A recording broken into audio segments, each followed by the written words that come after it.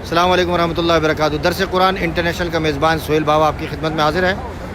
اس وقت میرے ساتھ حضرت مولانا حمزہ صاحب دامت برکاتہم عالیہ موجود ہیں، جو کہ بندوری ٹاؤن کے فاضل ہیں، اور ماشاءاللہ بچپن ہی کے زمانے سے یہ کہوں گا کہ جوانی میں ہی انہوں نے ماشاءاللہ عمرے کا کام اور یہاں حج اور عمرے کا کام شروع کیا، اور یہاں حاجیوں کو، زائرین کو اپنے ساتھ بھی لاتے رہے اور بھیجتے بھی رہے۔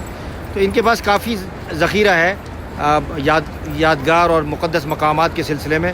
تو یہ بھی کچھ اہم بات جو آج سے پہلے کسی نے نہیں کہی، نہ کبھی کہیں ذکر ہوئی ہے، نہ کہیں پڑھا تو ہوگا، لیکن اس کی نشاندہی کسی نے نہیں کی۔ جی مولانا حمزہ صاحب فرمائیے۔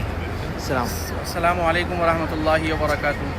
پہلے تو میں آپ کو یہ بتاتا چلوں کہ مسجد حرم سے آپ جیسے ہی باہر نکلیں گے اور باب ملک فہد سے آپ جیسے سیدھا آئیں گے، آپ دیکھیں گے بالکل الٹے ہاتھ پہ آپ کے میرے سیدھے ہاتھ پہ آپ کے شرکہ مکہ ہے، جس کو ملینیم ٹاور کے نام سے یاد کیا جاتا ہے۔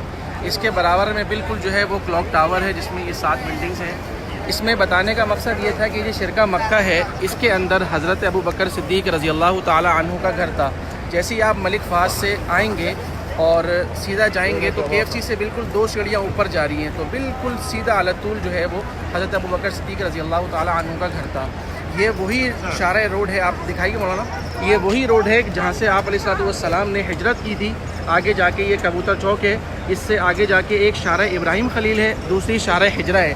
یہ شارع ہجرہ اس لیے تعبیر کیا جاتا ہے اس نام سے کہ یہ شارع ہجرہ ہے، یہ آپ علیہ الصلوۃ والسلام جہاں سے گزرے تھے، اور اس کا نام اسی مناسبت سے شارع ہجرہ رکھا گیا ہے، اور اسی شارع کے اندر مسجد ہجرہ بھی واقع ہے۔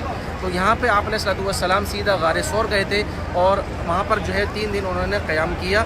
حضرت ابو بکر صدیق رضی اللہ تعالیٰ عنہ اپنے ساتھ ان کو لے کر گئے تھے، جیسے کہ آپ نے قرآن کریم میں 10ویں سپارے میں پڑھا ہے، ثانی اثنین اذ ھما فی الغار، تو اس کا ذکر قرآن میں ہے۔ اللہ پاک ہمیں ان مقدس مقامات کی زیارت کی توفیق عطا فرمائے، اور اللہ پاک ہر مسلمان کو حرمین کی سعادت سے تشرف فرمائے۔ السلام علیکم ورحمۃ اللہ وبرکاتہ۔ وعلیکم السلام ورحمۃ اللہ وبرکاتہ۔ ناظرین یہ دیکھا یہاں یہ کسی زمانے کے اندر یہ جو آپ دیکھ رہے ہیں، اور میں جب آیا تھا پہلی دفعہ 90s کے اندر، تو یہ ساری پہاڑیاں تھیں، یہ سب پہاڑی بڑی بڑی چوٹیاں تھیں، پہاڑیاں تھیں، یہ سب یہ جو بلڈنگیں تھیں ان مقامات پر پہاڑیاں تھیں، اور پہاڑیوں پر گھر بھرے ہوئے تھے۔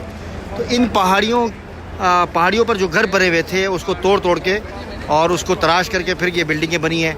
انہی بلڈنگوں میں یا پھر انہی گھروں میں جو کسی زمانے میں پہاڑیوں پر بنے ہوئے تھے، جیسے کہ بتایا مولانا حمزہ صاحب نے کہ یہاں حضرت ابو بکر صدیق رضی اللہ تعالیٰ عنہ کا گھر تھا، یہ ہلٹن جو مکہ ہے اس کے نیچے۔